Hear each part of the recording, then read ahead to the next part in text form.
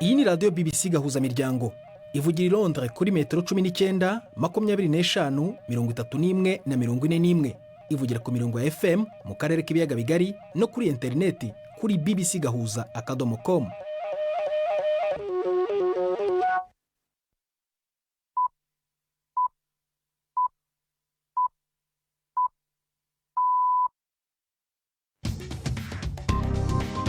Ubu ni saa 10:30 ku isaha mpuzamahanga ya GMT, ni saa 12:30 ku masaha yo mu Rwanda no mu Burundi. Muri studio muri kumwe na Prudence Ngiyumva.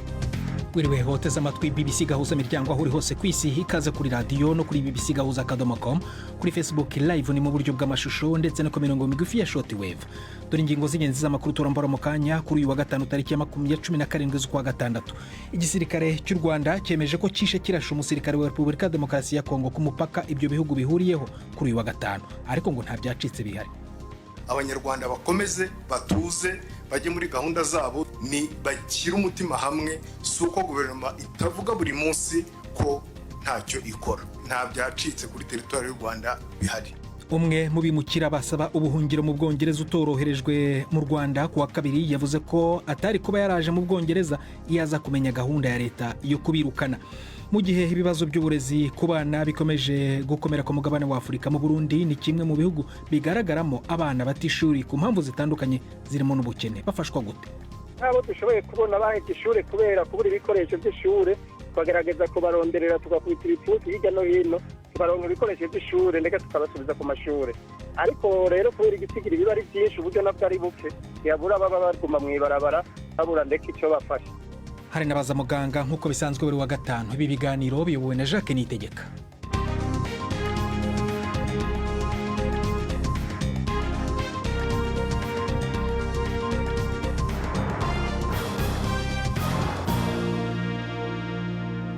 Izo ngingo zose n'ibindi bikubiye muri aya makuru tuberambora mu kanya nyuma y'uko Mark Niyonkuru atugezaho andi makuru y'ingenzi avugwa ku isi. Komisiyo y'umuryango wa Buraya yifuza ko Ukraine ihabwa kwitegurira kuba umunyamuryango bivuye ku nyandiko yatanze isaba kuja mu bihugu bigize uyo muryango. Umukuru wa Komisiyo y'umuryango wa Buraya yavuze ko abanya-Ukraine biyemeje gupfa kubera intumbero ziranga uyo muryango, ariko yongeye avuga ko Ukraine gifise impinduka zikomeye isabwa gushira mu ngiro icumvikana n'uyo muryango. Umukuru w'igihugu ca Ukraine Volodymyr Zelensky yashigikiye iyo ntambwe. Inyishu ya mbere Uburusiya bwatanze nuko bwamenyesheje ko bugiye kuraba ibizokurikirana cane mu kongereza imigenderanire mu gisata co kurwanya abansi hagati mu muryango wa Buraya. Dmitry Peskov ni umuvugizi w'umukuru w'igihugu Putin. Ibi bizotegerezwa gukurikiranirwa hafi kuko twese turazi yuko ibiganiro vya EU ku mutekano no kwivuna umwansi vyiyongereye i Buraya. Hari uguhindagurika gutandukanye dukurikiranira hafi.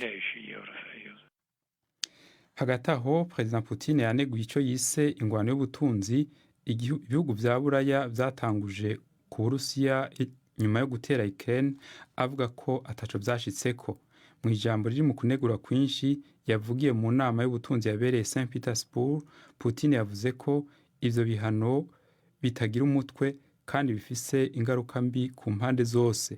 Yavuze ko vyazanye ikinogo kinini ku butunzi bw'abanyaburaya bikanongereza n'ibibazo by'ubutunzi n'imibereho. Umurongozi w'Uburusiya yahakanye icyiyumviro c'uko ingwano yatanguje muri Ukraine kandi abandanye yise igikorwa ca gisirikare kidasanzwe ariyo yatumye ibibazo by'ubutunzi biyangara ku isi. Akavuga ko byari bifise iyindi mizi ya kera. Igisirikare ca leta y'u Rwanda kiramenyesha ko carashe umusirikare gacapfa wa Kongo yinjiye ku butaka bw'u Rwanda. Itangazo ry'igisirikare cy'u Rwanda kiravuga ko uyo musirikare yarashe ahari abajeje umutekano n'abanyagihugu basanzwe bari ku rubibe. Umupolisi w'u Rwanda agasubiza kugira yigwaneko. Muri ayo mezi ya vuba amatati hagati y'ivyo bihugu bibiri yarakomeye cane.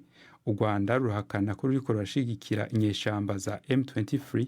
Ku munsi wa gatatu Kenya yasavye ko inteko z'akarere zirungikwa muri ako karere mu gihe ca vuba guhagarika ubugizi bwa nabi na cane kuri uyo mugwi witwaje ibigwanisho. Iyi ni BBC gahuza miryango.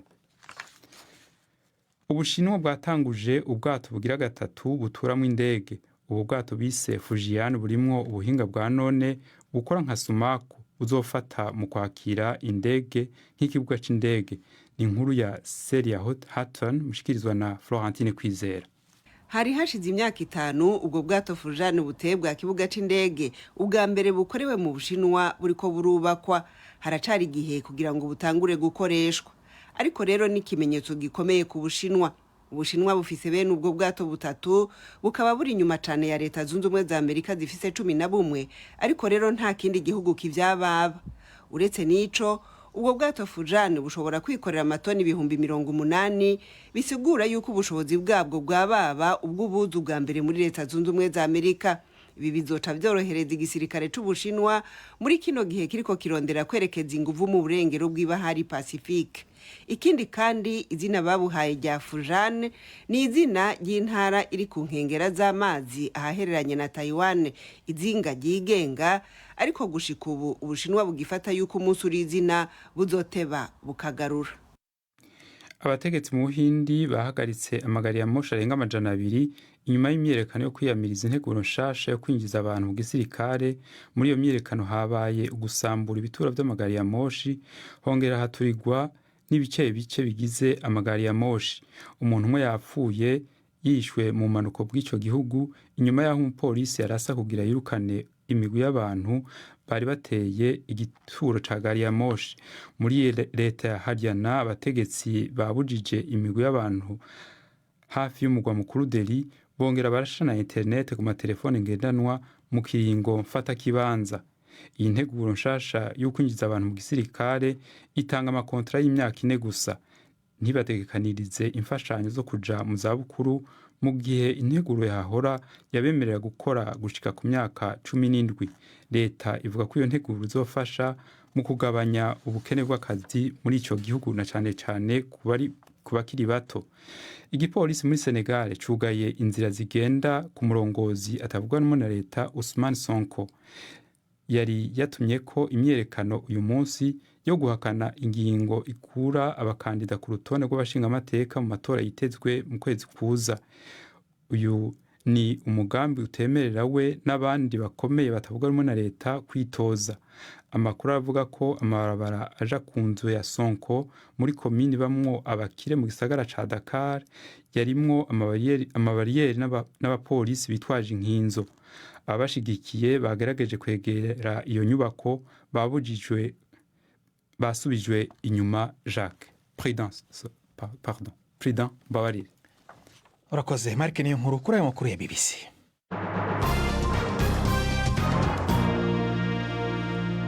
Ikaze ku makuru arambuye, duhera kuyerekeye u Rwanda. Igisirikare cy'u Rwanda cyemeje ko kishe kirasha umusirikare wa Repubulika ya Demokarasi ya Kongo ku mupaka ibyo bihugu bihuriyeho kuri uyu wa gatanu.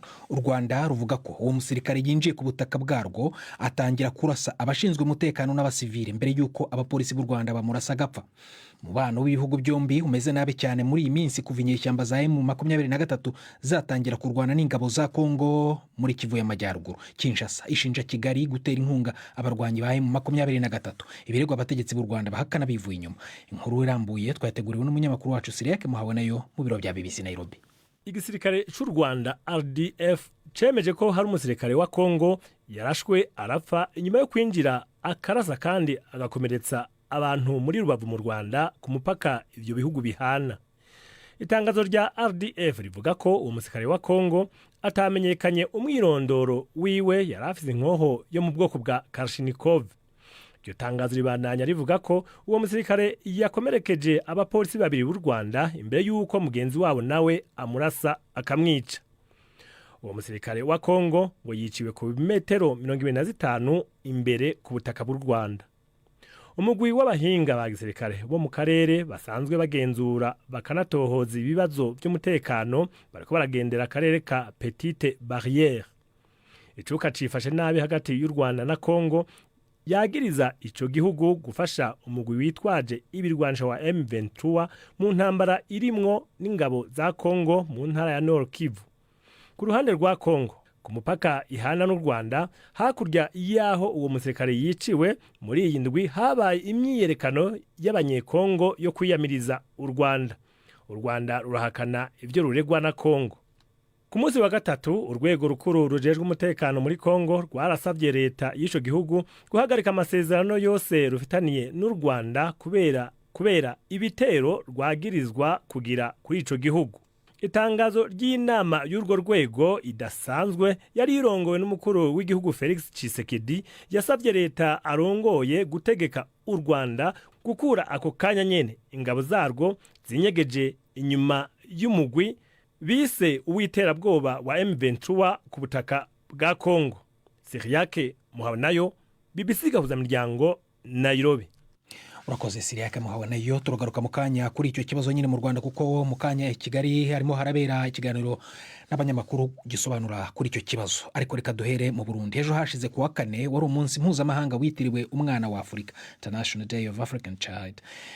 Washyizweho mu mwaka w'igihumbi kimwe magana cyenda mirongo icyenda na rimwe mu guha icyubahiro abana b'abanyeshuri biciwe i Soweto muri Afurika y'Epfo mu gihe cy'ubutegetsi bwa gashakabuhake buzwi nka apartheid. Bishwe mu gihumbi kimwe magana cyenda mirongo irindwi na gatandatu mu myigaragambyo yamaganaga akarengane mu burezi n'ubusumbane mu gihe cya apartheid. Ariko rero ibibazo by'uburezi ndetse n'ubusumbane biracyakomeje kandi ku mugabane wa Afurika. Mu Burundi ni hamwe mu bihugu bigaragaramo abana bata ishuri cyane ku mpamvu zitandukanye zirimo n'ubukene. Twashatse kumenya uko byifashe mu gihugu mvugana na Ferdinand Namahungiro urongoye FERNAB, akaba rero ari urunani rushinzwe guharanira agateka k'abana mu Burundi. Ihohoterwa ry'umwana biri ubwoko bwinshi, hari abafatwa ku nguvu, hari abakubitwa, hari abangazwa, ndetse hari n'abaja mw'ibarabara ku buryo bavuga yuko hari abana barenga 1000 bari mw'ibarabara ari bamwe bita mu gifaransa les enfants de la rue. Ivyo byose ni ihohoterwa ry'agateka k'umwana. Hari ndetse n'abaheba amashure, ariyo ntandaro ituma benshi baja mw'ibarabara canke bakaja mu bindi byo gukoresha abana navyo n'amakosa. Ugasanga ndetse iryo hohoterwa ry'agateka kazina mwana kariko kagwizwa n'imvo zitari nke, ahanini havuye kuri ivyo navuze guhera ishure bivuye ku bukene bw'abavyeyi, ndetse n'ubukene bw'abavyeyi canke ugasanga abavyeyi n'ibigaba ntibashoboye kurera abana babo neza. Nico naringiye kukubaza impamvu ibitera, ese biterwa n'ubukene kugira ngo bana batishuri cyangwa biterwa nuko bakoreshwa imirimo batarakura? Ego by'ubukene biriho kuko nk'umwana amaze iminsi atonda atishura ashonje adafungura, urumva ingufu ziragabanuka ntasubira kugira umutima wo gusubira kw'ishure.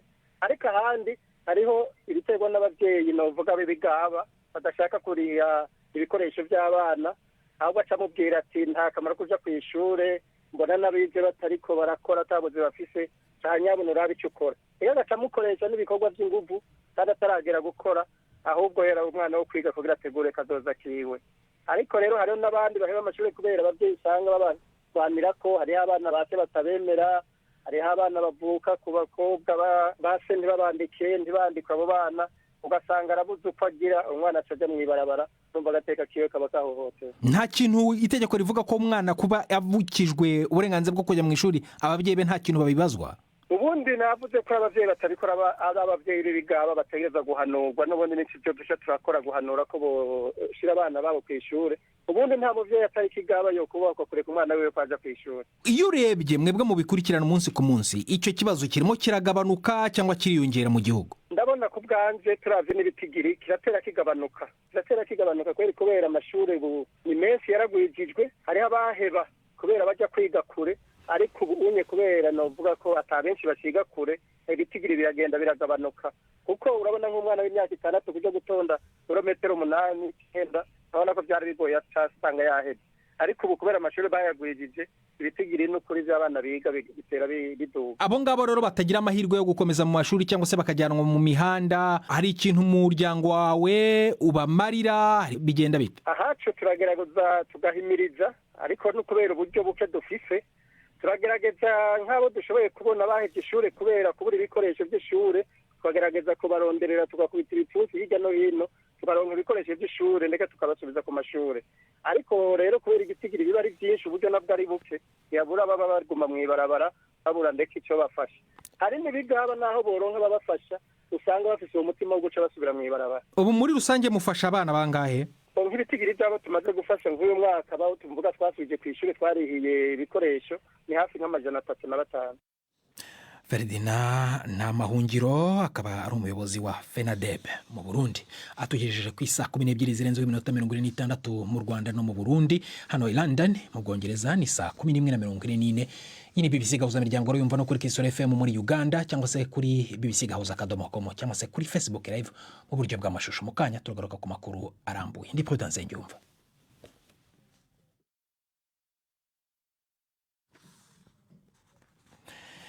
Akaruhuko twari dushatse gushyiramo umuziki ngafatiye aho ngaho. Reka rero dusubire i Kigali. Nari maze kubibararikira kuko kuri Minisiteri y'Ububanyi n'Amahanga mu kanya habiraga ikiganiro cyagenewe abanyamakuru. Muri icyo kiganiro abayobozi ba leta mu nzego zitandukanye basobanuriye abanyamakuru ingingo zinyuranye zivuga ku Rwanda, ziganjemo ibibazo by'umutekano wajemo agatutsi hagati y'u Rwanda na Repubulika ya Demokarasi ya Kongo ndetse n'inama mpuzamahanga y'umuryango wa Commonwealth izahuriramo abantu barenga 5,000 i Kigali. Mugenzi wanjye Jean Claude Mwambutsa yakurikiranaga icyo kiganiro, buturi kumwe ku murongo wa telefone. Mwambutsa, reka duhere ku kibazo cy'umutekano w'u Rwanda na Kongo tumaze no kuvugaho mu kanya. Kuri icyo kibazo cy'uko inzego z'umutekano zemeje ko zarashe zikica umusirikare wa Kongo, hari icyo bakivuzeho? Nibyo koko President, iki kibazo bakivuzeho, bavuze ko uyu musirikare warashwe yarinje ku butaka bw'u Rwanda, ariko ko yapfuye nawe yaramaze gukomeretsa abapolisi 2 b'u Rwanda. Nyuma bavuga ko umujyi wa Rubavu ufite umutekano uhagije, uretse ko banavuze ko hari ibikorwa bikomeje by'ubushotoranyi biva ku ruhande rwa Kongo. Gusa bavuga ko leta y'u Rwanda yahisemo inzira yo gucisha makeya yo kudashotorana nk'uko abaturanyi babikora, ndetse umuvugizi wungirije wa leta ahamagarira abanyarwanda kudakora nk'ibyo abanyekongo bakora ngo nabo babe bazana ibikorwa by'urugomo. Uyu ni Aremukuru Arinda. Guverinoma y'u Rwanda iranasaba abanyarwanda gukomeza bagatuza. Niba habaye ubushotoranyi cyangwa kubendereza, nabo ntibajye muri ibyo. Nimwibaze ejo bateye amabuye natwe abiri Rubavu cyangwa Rusizi bagahaguruka bakajya gutera amabuye. Bitonde, abayobozi baraganira, ntabwo ari ngombwa ko ibintu byose bikorerwa ku karubanda. Abanyarwanda bakomeze batuze, bajye muri gahunda zabo, ni bashyira umutima hamwe, suko guverinoma itavuga buri munsi ko ntacyo ikora. Nta byacitse kuri territoire y'u Rwanda bihari.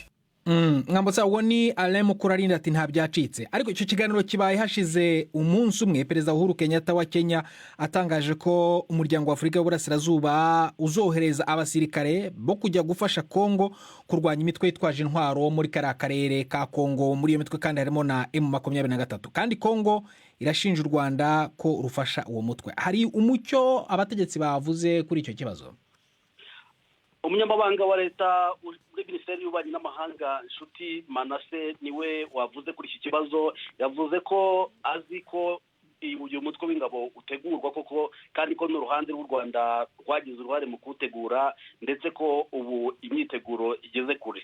Abanyamakuru bamubajije batetse ko u Rwanda rutungwa agatoki ya rwaba narwo ruzohereza ingabo muri kariya gace. Nshuti Manase yemeje ko u Rwanda narwo rufitemo ingabo nk'uko tumwumva. Mu masezerano bemeje yuko twashaka ingabo, ndetse process yatangiye, se u Rwanda ruzatanga ingabo. U Rwanda nk'umunyamuryango nta kuntu utatanga ingabo. Nyiramutekano twese batureba ari u Rwanda, ari n'ibindi bihugu bihana imbibi na DRC. Vuba ahangaha izi ngabo zizafata akazi kurinda umutekano muri akarere, ku buryo twizera yuko umutekano uzasubira ku murongo nk'uko rumeze. Nshuti Manase. Mwambutsa, iki kiganiro n'abanyamakuru kandi kiraba kivanze n'ibibazo by'umutekano mu gihe ariko habura n'iminsi 3 kugira ngo habe inama ikomeye mpuzamahanga ihuza umuryango wa Commonwealth izabera i Kigali. Ibyo byo hari icyo babikomojeho? Nibyo, urebye ni nayo ngingo yari nkuru y'iki kiganiro, yari kugaragaza aho bageze, imyiteguro igeze. Abategetsi bavuze ko i Kigali hategerejwe abakuru b'ibihugu na za guverinoma bagera kuri 35, gusa nta mazina bavuze, ariko bavuze ko u Rwanda rwiteguye kwakira abanyacyubahiro, kandi ko rwiteguye ko inama izaba y'amateka mu bijyanye n'uburyo bazayakira. urakoze Jean Claude Mwambutsi. Iyo nama tuzanayikurikirana rero tubagezeho, ushobora kwiyumva uko izagenda kuri bbc.com cyangwa se hano kuri radiyo mu cyumweru gitaha. Turacyari ku makuru afitanye isano n'u Rwanda. Umwe mu bimukira basaba ubuhungiro mu Bwongereza utaroherejwe mu Rwanda kuwa kabiri w'iki cyumweru yavuze ko atari kuba yaraje mu Bwongereza yaza kumenya gahunda y'iki gihugu yo kubirukana. Uyu mugabo wo muri Iraq yari yashyizwe mu ndege ku ngufu ariko yayikurwamo ku cyemezo cy'urukiko rw'Uburayi rw'uburenganzira bwa kiremwamuntu. Inkuru ya Charles Haviland muragizwaho na Yvette Kabatese. Uwo munya-Iraq wahawe izina rya KN yatangaje ko yari yiteze ubufasha bw'Ubwongereza nyuma yo gukora mu ngabo z'abakirde zafashaga iz'Abongereza muri Iraq, ariko ahamariye kwambuka mu mazi mu bwato buto, KN yabwiwe ko azashyirwa mu ndege ijya mu Rwanda. Yabwiye BBC ko abashinzwe umutekano b'Ubwongereza bamufashe nabi cyane ku buryo yagezeho agahumeka gake cyane, ndetse nyuma aza no guta ubwenge. Kugeza ubu yaburijemo igikorwa cyo kumwohereza, ariko aracyarahafungiye akaba atazi kimutegereje. Guverinoma y'Ubwongereza ivuga ko izakomeza umugambi wayo wo kohereza bamwe mu bashaka ubuhungiro mu Rwanda, umugambi ivuga ko uzaca intege abambutsa abantu mu buryo butemewe. Abanenga iyo gahunda bavuga ko inyuranije n'imyitwarire myiza ndetse n'ubumuntu. Inkiko zizasuzuma umwimerere w'uwo mugambi mu kwezi gutaha. Nkuru ya Charles Haviland mwumvaga mu ijwi rya Yvette Kabatesi itugejeje ku isaa 12:50 Kigali no mu Rwanda ndetse n'Ibujumbura mu Burundi. Ijambo kandi ndisubize Yvette Kabatesi mu kiganiro Baza Muganga.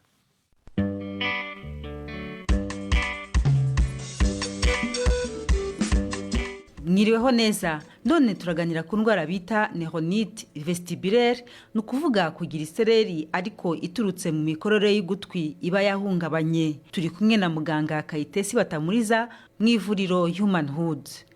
Isereri rero mu kinyarwanda nk'uko bisobanuye byose byitwa isereri. Iyo wumva ucitse intege, wenda wahagaze mu izuba cyangwa urarushye cyangwa umaze igihe kirekire urwaye waracitse intege, iyo unaniwe kugenda cyangwa guhagarara uvuga yuko wagize isereri. Ariko hari indi sereri ariyo isereri vestibulaire ituruka mu matwi, ari isa nkaho wumva muzunga, wumva urimo kuzunguruka cyangwa kuzungerezwa, ukabona ibintu bikucikije birimo kuzunguruka cyangwa birimo kugenda, cyangwa nawe nubwo waba wicaye cyangwa uryamye ukumva n'igitanda nacyo kirimo kugenda kandi uzi neza yuko kitarimo kugenda. Muri make iyo ngiyo niyo twavuga yuko ariyo isereri cyangwa muzunga tugiye kuganiraho uyu munsi. Uravuze uti bituruka mu matwi, gute mbwa?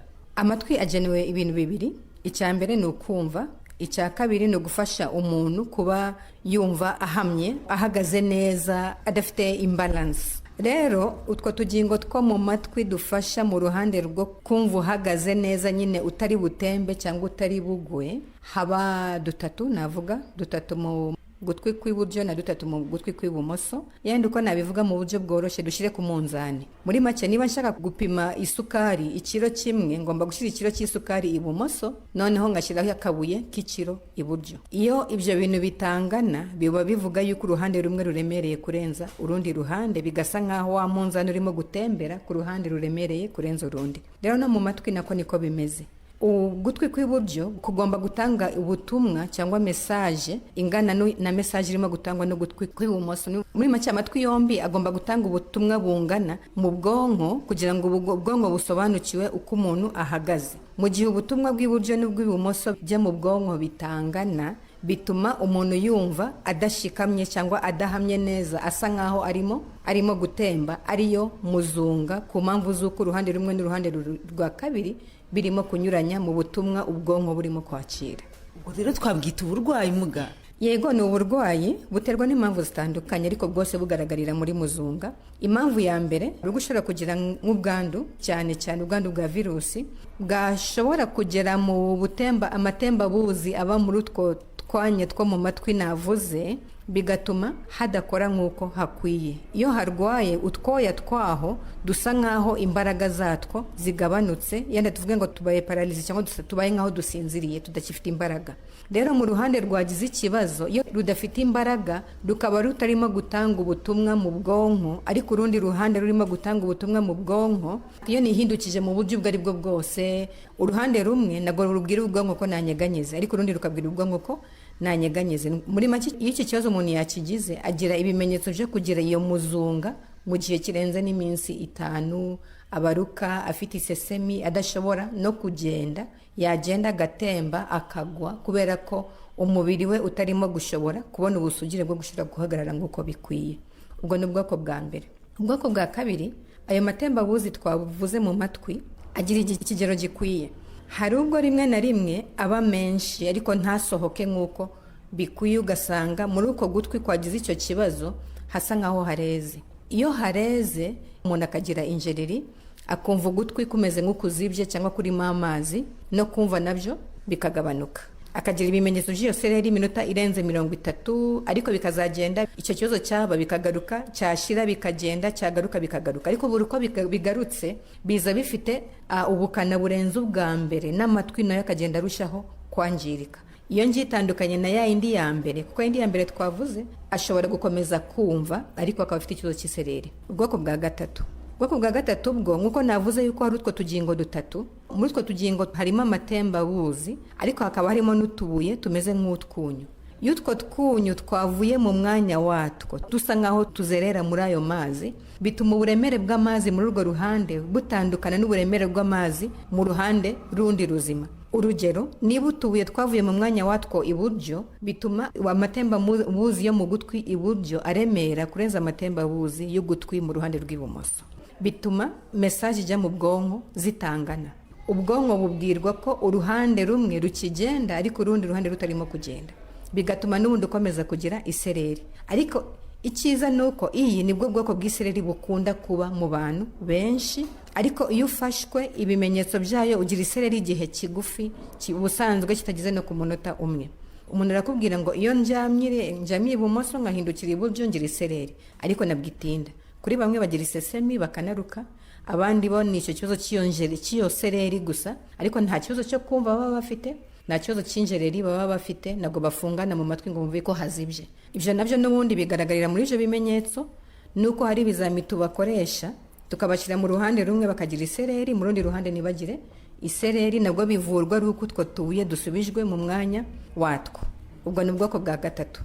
Muganga Kayitesi Batamuriza watubwiraga ku ndwara y'isereri ituruka mu matwi, iki kikaba ari igice cya mbere kuri iyi ndwara, naho ubutaha. Urakoze Yvette Kabatesi ndetse na muganga mwaganiraga. Ibiganiro bya BBC gahuzamiryango mukunda nk'amakuru, imvo n'imvano, urunana, ikiganiro cy'abagore cyangwa baza muganga, ubu biraboneka kuri podcast. Jya kuri bbcgahuza.com maze ushake ahari podcast. Amakuru yose y'uko podcast ikora n'uko wayishyira muri telefone yawe, byose urabihasanga. Byose urabihasanga rero. Ndabona Marike niyo nkuru agarutse muri studio ko tugezaho amakuru agezweho avugwa ku isi. Komisiyo y'umuryango wa Buraya yifuza ko Ukraine ihabwa kwitegurira kuba umunyamuryango bivuye ku nyandiko yatanze isaba kuja mu bihugu bigize uyo muryango. Umukuru wa Komisiyo y'umuryango wa Buraya yavuze ko abanya-Ukraine biyemeje gupfa kubera intumbero ziranga uyo muryango, ariko yongeye avuga ko Ukraine gifise impinduka zikomeye isabwa gushyira mu ngiro icumvikana n'umuryango wa Buraya. Hagati aho President Putin yaneguye icyo yise ingwano y'ubutunzi ibihugu vya Buraya vyatanguje ku Burusiya inyuma yo gutera Ukraine, avuga ko ataco vyashitse ku mwijambo yavugiye St Petersburg. Putin yaneguye bikomeye ivyo bihano, avuga ko bitagira umutwe kandi bifise ingaruka mbi ku mpande zose. Igisirikare cy'u Rwanda kiramenyesha ko carashe umusirikare agacapfa wa Kongo yinjiye ku butaka bw'u Rwanda. Itangazo ry'igisirikare cy'u Rwanda kiravuga ko uyo musirikare yarashe ahari abajeje umutekano n'abanyagihugu basanzwe ku rubibe, umupolisi w'u Rwanda agasubiza kugira ngo yigwaneko. urakoze Marike niyo nkuru kuri ayo makuru watwibutsaga rero. Reka nanjye mbabwire ko niba aribwo ugitangirana natwe wamenya ko igisirikare cy'u Rwanda cyemeje ko kishe kirashe umusirikare wa Repubulika ya Demokarasi ya Kongo nyine nk'uko Marike yari amaze kubivuga ku mupaka ibyo bihugu byombi bihuriyeho. Ejo kuwa gatandatu imvune imvano izagaruka ku kibazo cy'abimukira basaba ubuhungiro mu Bwongereza ariko leta ishaka kohereza mu Rwanda. Ibi biganiro byabewe na Jacques Niyitegeka twafashijwe na Suzanne Lennon ku buhanga bw'ibyuma ku cyumweru n'urunana ibice byombi mwakoze guhitamo BBC gahuza imiryango muri iki cyumweru ndetse n'ibihe bizaza. Uraharyana weekend nziza.